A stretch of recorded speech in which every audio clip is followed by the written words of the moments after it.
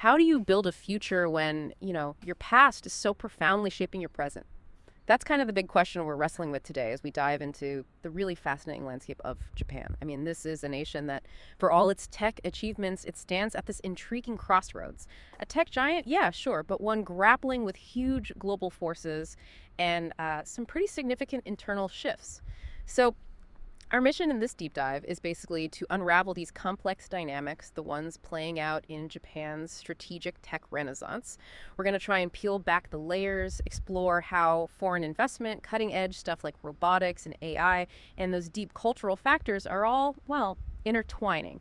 We've taken your sources, a whole collection of articles, research, policy reviews, and we've tried to boil them down to the crucial nuggets. Think of it as your shortcut to getting really informed, maybe with some surprises along the way. Exactly. And that's what makes it so important, I think. It's not just about Japan. It's about understanding broader global trends in tech and national strategy.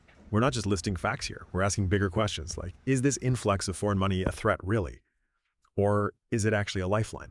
Is Japan genuinely carving out an edge in robotics and AI? Or is it sort of overshadowed by, the giants like the US and China? And maybe the trickiest part, how much does culture, that hidden battleground, actually shape things? Does it help or hinder? This isn't just economics. It's about national identity, strategy, how a country adapts.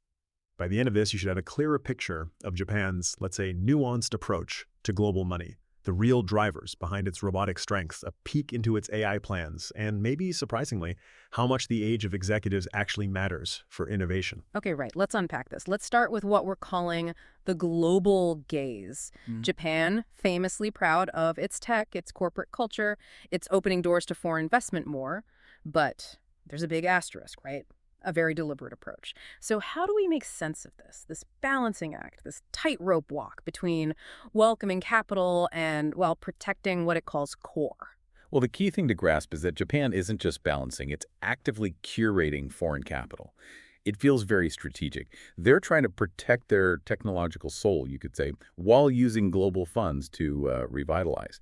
So it's not a free-for-all, definitely not a rejection either. We're seeing specific cases, really scrutinized ones, that highlight this tension. They show how foreign money can be both a lifeline, genuinely needed for growth, but also potentially a threat to national interests or long-term capabilities. It's a constant negotiation. That sounds incredibly complex to manage. Is there a specific case that really puts a spotlight on this? Welcoming yet scrutinizing foreign investment, what does that actually look like? Oh, absolutely. The acquisition of Shibara Electronics by Yageo from Taiwan is a perfect example.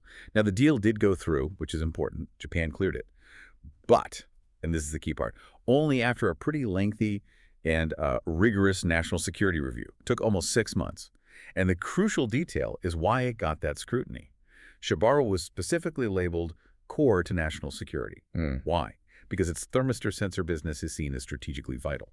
Thermistor sensors. Okay, they sound kind of small, technical. What makes them so important? Right, they are small. They're basically tiny, super precise temperature measuring devices. But don't let the size fool you. They are critical components. They feed into a much wider tech ecosystem. Think advanced electronics in cars, medical equipment, sensitive defense systems, even managing energy grids. They provide that foundational temperature data for complex operations. Okay, so the takeaway for you, our listener, is pretty clear here. This Shibara case is a really powerful, real-world example of Japan's evolving stance. It shows the country will allow foreign investment, it sees the benefits, but it's doing it with meticulous oversight. Very careful. It's a vivid picture of the government actively shaping its tech future, making sure foreign capital either helps positively or, crucially, doesn't compromise strategic integrity.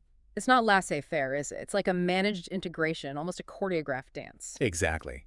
And this government review, it isn't just a rubber stamp. They dig deep. They look into the investor's background, their long-term plans, the risk of technology transfer, losing control. They can even put conditions on these deals, like requiring key parts to still be made in Japan or R&D has to stay put. It's a serious effort to manage risk without slamming the door shut. That makes a lot of sense. But speaking of strategic interests, that Fujisoft takeover battle, that showed a slightly different angle, didn't it? What did that tell us? It did. If Shibara was about explicit national security, the Fujisoft situation, well, that illustrates a broader trend. We're seeing growing interest from global capital, especially private equity, in Japan's IT firms. You had Bain Capital launching a counterbid against KKR. The final deal was worth around, $4.3 billion. Pretty significant. Now, this wasn't driven by the same kind of national security label as Shibara. Fujisoft is in IT services, providing various tech solutions. So this bidding war, it signals this rising interest from PE and foreign investors looking at Japanese IT companies that maybe seem undervalued or, ready for a digital transformation push. So what does that signal for Japan's tech landscape? For you, listening, it suggests parts of Japan's IT sector are looking pretty attractive to investors. And it's not just about the money, right? This influx could bring needed funds, sure, but also maybe new management styles, maybe cutting-edge tech, fresh strategies. You hear sometimes that traditional Japanese IT firms, while stable, could use a bit of external dynamism to speed up digital transformation, modernize, maybe expand globally. It points to this idea that there's untapped value there, and maybe a demand for more agile ways of operating. And this is where your sources reveal something really striking, something that underlines just how deliberate this strategy is. Apparently, a staggering 25% of all listed firms in Japan are now being classified as core to national security by the finance ministry. 25%, a quarter. Wow. That's not just a small adjustment. That feels like a massive strategic shift, doesn't it? Viewing a quarter of your listed economy through a security lens. It's absolutely huge. A truly unprecedented chunk of the corporate world under this kind of designation. And it's not just a label. It carries real regulatory weight. It means these firms automatically face closer, stricter regulation if a foreign takeover bid comes along. And it goes way beyond just defense contractors. We're talking critical infrastructure, energy, pharma, even agriculture, telecoms, certain advanced manufacturing components. It's broad. Shibara, as we just discussed, falls right into this category. That's what triggered that long review. This wide net really hints at a national strategy that sees tech and economic sovereignty as, well, deeply intertwined. Yeah, connecting that to the bigger picture, it definitely highlights Japan being proactive, not reactive, in defending its strategic industries, building resilience. Indeed. And it forces you to ask a critical question, right? Is this tightening of regulations mainly a necessary shield? Protecting against exploitation? Keeping critical tech domestic? Staying resilient against geopolitical shocks? Or could it, unintentionally, scare off beneficial foreign investment? Money that could actually be a lifeline for some struggling sectors that really need that capital and innovation boost. It's such a delicate balance. Yeah. Weighing long-term security against potential short-term costs like slower growth or missed opportunities, it feels like a bet on long-term stability. So wrapping this section up, what does it all mean for Japan's tech future? We see money coming in, but also this strong protective layer around critical assets. What are the wider implications of this dance? I think ultimately Japan is consciously choosing sovereignty, maybe over speed. It's a calculated trade-off. They seem willing to accept potentially slower growth in some areas or delaying some benefits of foreign capital in exchange for maintaining long-term control over their technological destiny. It reveals this central dilemma. On one hand, foreign investment brings capital, yes, but also potentially new tech, management practices, global market accesses, all things that could revitalize certain sectors. That dynamism is often seen as needed. But on the other hand, designating these strategic industries and ramping up screening while it slows things down, maybe adds costs, it's seen as fundamentally necessary for protecting domestic industries, especially for what they call long-term tech recapitalization. That basically means ensuring they keep control over the foundational tech, the IP, the supply chains that will drive their future economy and national security. So Japan's trying to manage this trade-off, get the benefits of openness, but protect the core. It's targeted engagement, not a blanket policy, rooted in a deep sense of national interest. Okay, let's pivot now. Let's talk about an area where Japan has, for a long time, been a real global powerhouse: robotics and automation. Is this still Japan's unquestioned edge, or are we seeing maybe new shadows emerging as other countries race ahead? Well, Japan's foundation in industrial robotics is just undeniable. It's incredibly deep-rooted, built over decades of really relentless engineering and innovation. The numbers alone tell a pretty compelling story. They position Japan as a clear leader, not just a player, in a global market that's expanding rapidly. I'd say it's less about a shadow and more about Japan leveraging and evolving a really crucial lead they already have, constantly pushing what automation can do. Give us some of those numbers. What does the market actually look like? How fast is it growing? Sure. So the Japanese industrial robotics market, it was around $3.02 billion in 2023, already substantial. But the forecast is what's really telling. It's expected to grow significantly, hitting about $5.280 billion by 2030. That reflects a pretty robust compound annual growth rate, or KGR, of around 8% between 2024 and 2030. This isn't just slow, steady growth. It's sustained, strong expansion in a very competitive global field. It signals ongoing demand and continuous innovation. And it's driven not just by building new factories, but by robots becoming smarter, more versatile, able to do more complex things. That 8% growth, it's not just impressive scale-wise. It really suggests this continued reliance, this heavy investment in automation as a core strategy. Maybe even more so than in other places, right? It Right. feels like a necessity. Exactly. It's deeply ingrained. And this dominance isn't just market size, it's the actual companies, the titans of automation based there.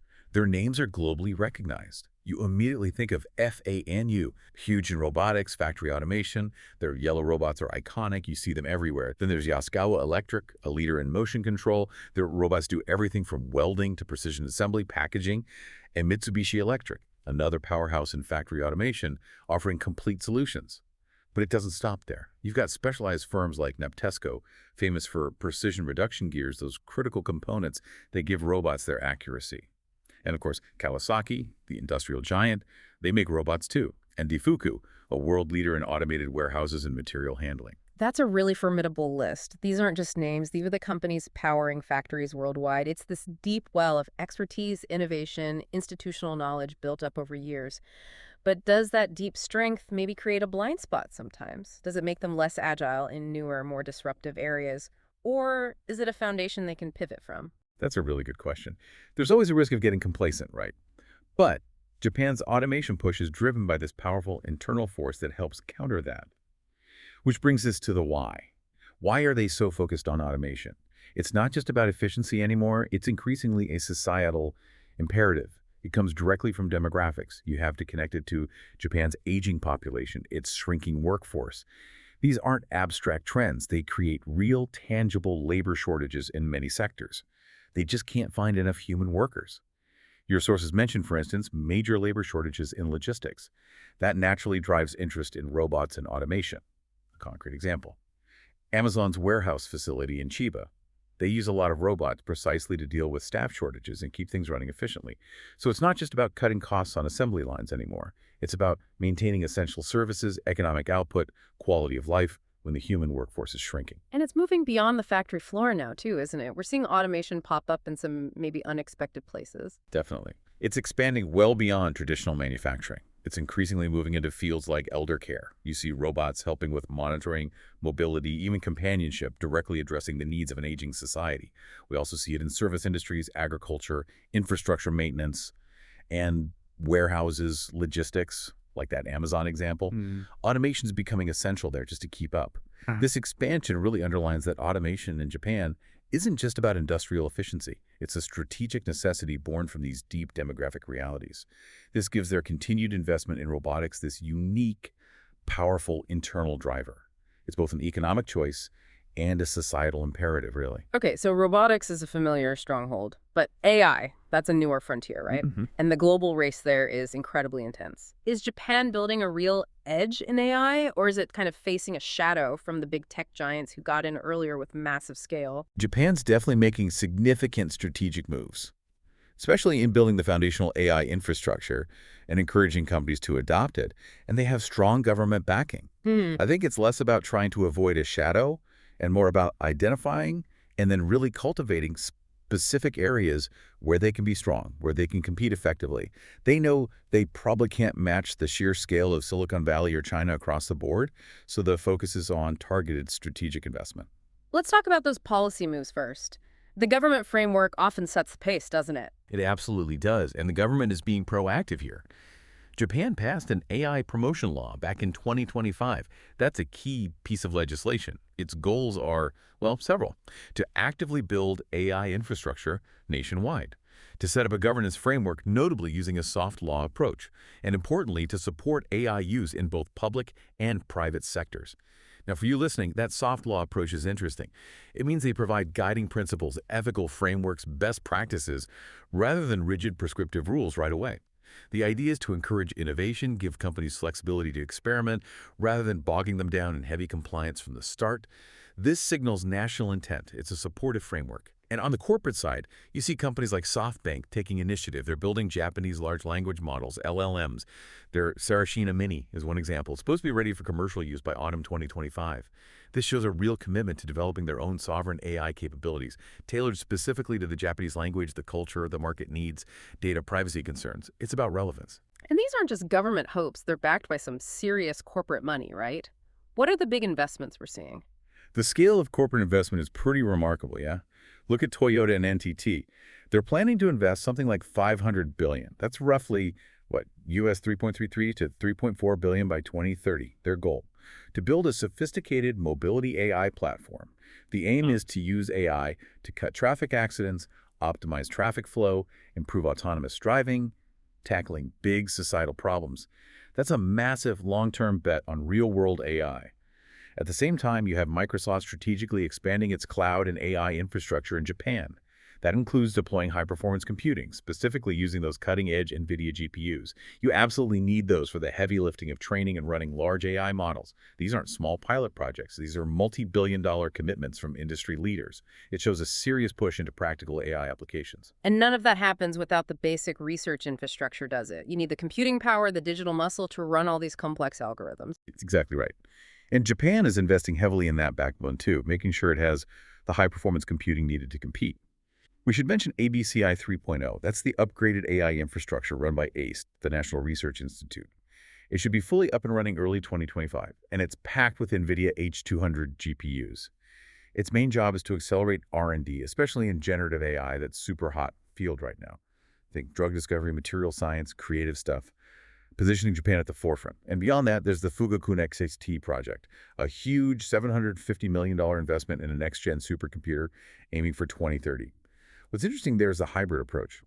It combines Japanese CPUs, the Monica X ARM chips, with NVIDIA GPUs. This dual focus signals they want high performance for both traditional scientific simulations, where maybe the Japanese CPUs excel, and for AI and big data tasks using the GPUs. It's about versatility and leadership. This commitment to infrastructure, it sounds like more than just playing catch-up. It feels like a deliberate move to be an AI producer, not just a consumer. Oh, absolutely. Yeah. It's much more than catch-up. It's strategic intent. It's not just about adopting AI tools built elsewhere. It's fundamentally about building the capability to innovate in AI themselves, to be a source of cutting-edge AI. This helps ensure they can compete at the highest levels of R&D globally, maintain technological sovereignty, and drive breakthroughs relevant to their own needs and global contributions. It's about being a real player in the global AI innovation game. And it seems like this AI push is already showing some tangible benefits, especially when you look at the human factor. We saw some interesting academic findings connecting leadership to AI results. Yes, that's a really fascinating finding in your sources, showing how deep the analysis goes. Academic research found this direct link. Younger executives, specifically those under 50, in Japanese firms, tend to lead to about a 2.4% productivity increase when they invest in AI. That's a concrete, measurable economic benefit. It connects leadership mindset, tech adoption, and actual economic gains. It hints at that hidden battleground of culture we'll get into. It shows the person at the top can really influence how fast and how effectively digital transformation happens. A forward-thinking leader can literally boost the bottom line through tech. Okay, so AI and robotics, they need foundations, right? They don't exist in a vacuum. They rely on basic hardware, materials, the stuff underneath. And this is an area where Japan plays this often overlooked but totally critical role. It's not always the flashy chip, but the essential ingredients. That's such a crucial point. It's a quiet strength, often missed in the global headlines. Japan's position in the semiconductor ecosystem, especially in strategic materials and specialized manufacturing equipment, it's a quiet but incredibly powerful edge. They might not always make the final chip, others often dominate that, but they provide the essential stuff, the machinery that the entire global industry relies on. Without them, things grind to a halt. It's a strategic choke point, in a good way for them. So who are these unsung heroes? What specific things make them so vital? We're talking about key global suppliers like Shinetsu and Sumco.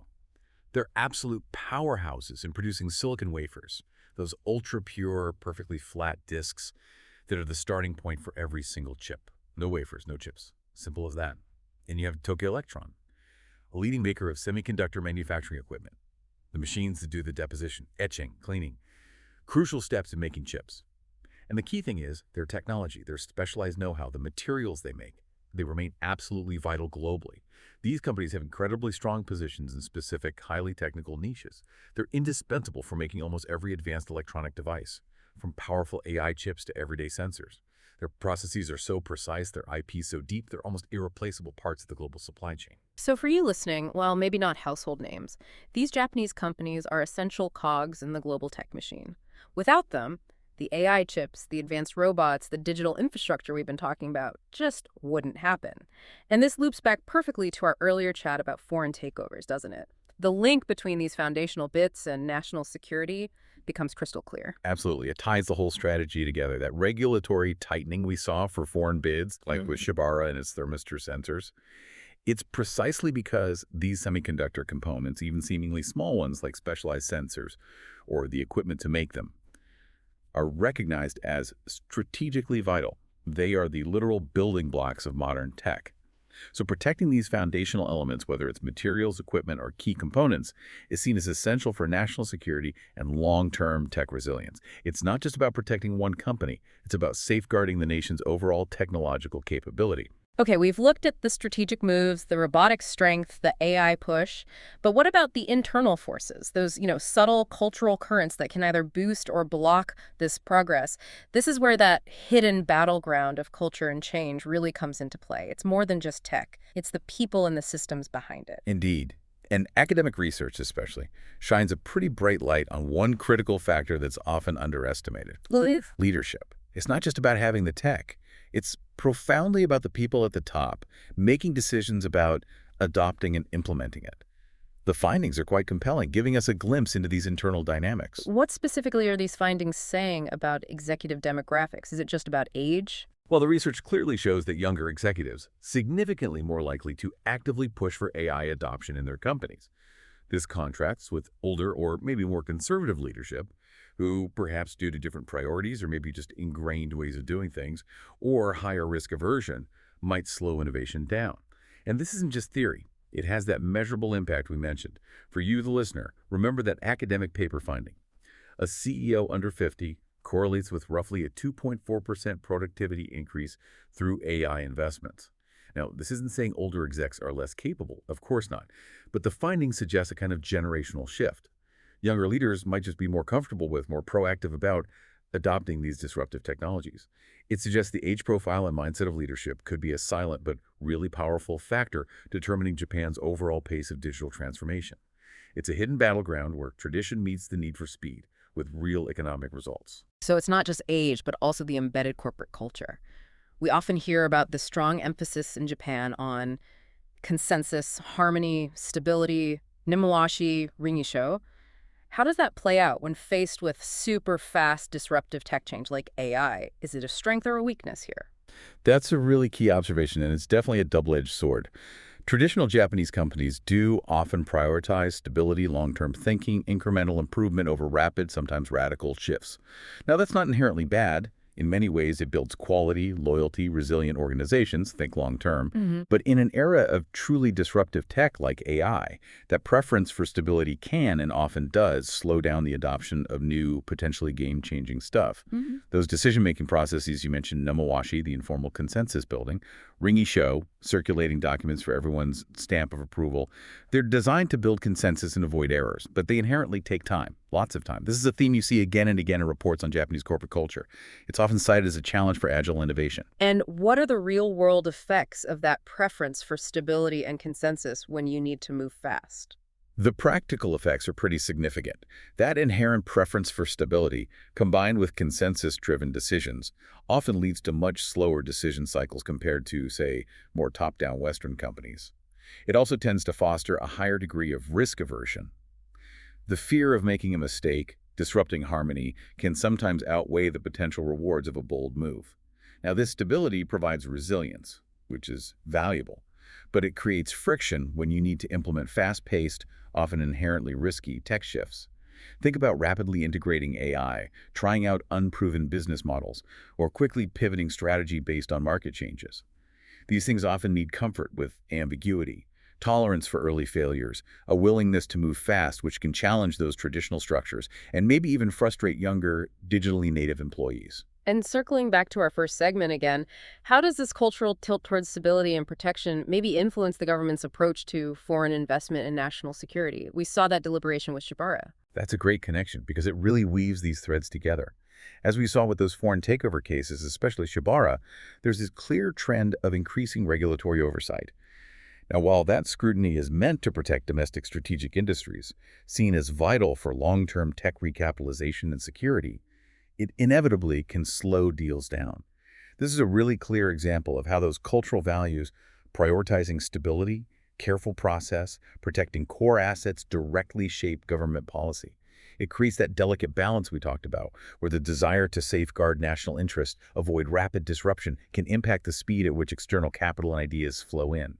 It affects the overall pace of change, like national-level nemawashi, perhaps. Okay, so despite these cultural factors, this preference for stability, slower decisions, are there signs Japan is actively trying to overcome these hurdles?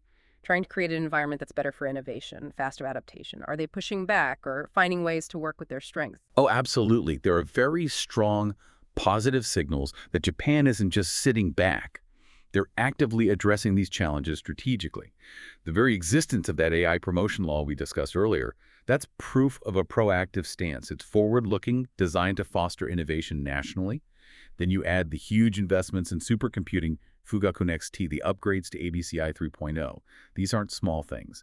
They are robust, top-down government initiatives. They show a clear recognition that they need to prepare strategically for the next wave of tech. These actions are crucial. They provide the framework, the resources, maybe even a strategic push that can help overcome some of that bottom-up cultural inertia, speed up tech adoption, and align even traditional companies towards innovation. Wow, what a deep dive this has really been. We've journeyed through Japan's pretty intricate tech landscape, haven't we? Exploring that delicate dance between foreign capital and national security. We looked at its incredibly strong robotics industry and saw its determined, multi-pronged push into building serious AI infrastructure, not just to use it, but to create it. And critically, I think, we've recognized that profound, often subtle influence of culture. From how executive age impacts innovation, something you can actually measure, to those traditional tendencies towards slower decisions and risk aversion. How all that shapes the way these big tech and economic forces actually play out. It seems clear Japan isn't trying to win everywhere. It's aiming to excel, to lead, in strategic, carefully picked niches. Robotics, advanced semiconductors, critical materials, foundational AI infrastructure. That targeted approach feels like its unique path. Okay, let's quickly recap those key takeaways we pulled from your sources just to really lock in what you've heard today. First, it's about balance. Japan doesn't need to dominate every single tech sector globally, focusing on strategic niches, robotics, semis, materials, AI infrastructure that's a viable and actually quite powerful strategy for them. It secures their edge and sovereignty. Second, foreign investment has huge potential. It really can be a lifeline, bringing in capital, fresh ideas, but, and it's a big but, only if Japan skillfully manages that trade-off between openness, which brings the resources, and protecting its core strategic sectors, which ensures resilience. It's a high-stakes tightrope. Third, and this one's maybe surprising, culture and leadership aren't just fuzzy concepts. They are real levers for change. Actively shifting mindsets in the executive suite, reducing that ingrained risk aversion, deliberately speeding up decision-making, these are vital for continued innovation. The human element drives the tech revolution here, maybe more than the tech itself. And finally, government is a crucial catalyst. That strong government policy, those targeted infrastructure investments, the AI law, the big money for supercomputers like Fugaku Next T and ABCI 3.0, these are all incredibly positive signs. They show Japan isn't just reacting, it's proactively preparing for the next very competitive phase of tech development. It's giving that top-down push. So as you reflect on Japan's strategic tech renaissance, maybe consider this. In a world where tech moves unbelievably fast, can a nation's deep-rooted culture and its strategic caution actually become its greatest strength? A unique, resilient path forward that prioritizes long-term control? Or could it, in critical moments, become its biggest obstacle to adapting quickly enough on the global stage? And that raises a question for all of us, really, not just Japan. What can other nations, facing their own tech transitions, their own societal shifts, learn from Japan's very carefully calibrated, deeply thought-out approach, balancing tradition and innovation, security, and global engagement? How do they navigate their futures? The choices Japan makes right now in this dynamic environment, they'll undoubtedly ripple across the global tech landscape for decades. They offer fascinating lessons in strategic adaptation and the nuanced art of national positioning.